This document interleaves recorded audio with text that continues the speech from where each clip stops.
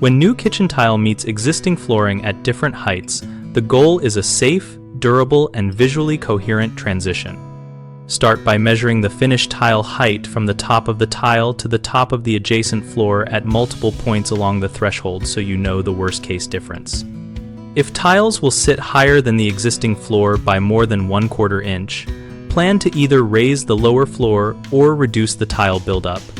Raising the lower floor typically means adding a thin plywood or cement backer board layer on top of floor joists or installing a self-leveling underlayment following the manufacturer cure times and mixing ratios exactly. To reduce tile height, consider switching to a thinner tile and a low-profile thinset system or using a bonded mortar bed that is feathered out toward the joint. Do a mock-up with a scrap piece of tile to confirm. Use transition strips or tapered reducers when height differences are within 1/4 inch to 3/8 inch.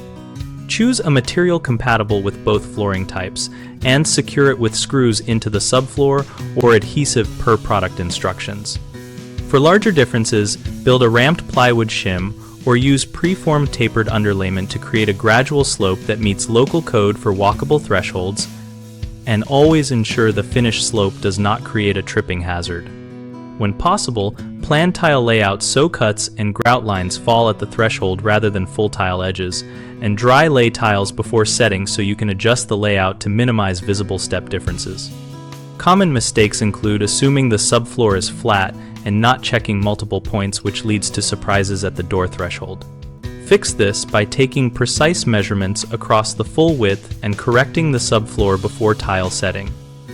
Another issue is using incompatible adhesive or transition material that fails over time. Address that by matching product specifications to the substrate and traffic load and following manufacturer coverage and cure instructions.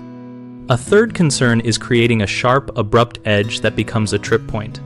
Avoid that by employing tapered reducers, plywood shims, or poured tapered underlayment so the transition is gradual and complies with local accessibility expectations. BigHomeProjects.com connects homeowners with local contractors and resources to plan transitions and flooring projects, and we host a discussion community where people share experiences and ask trade-specific questions.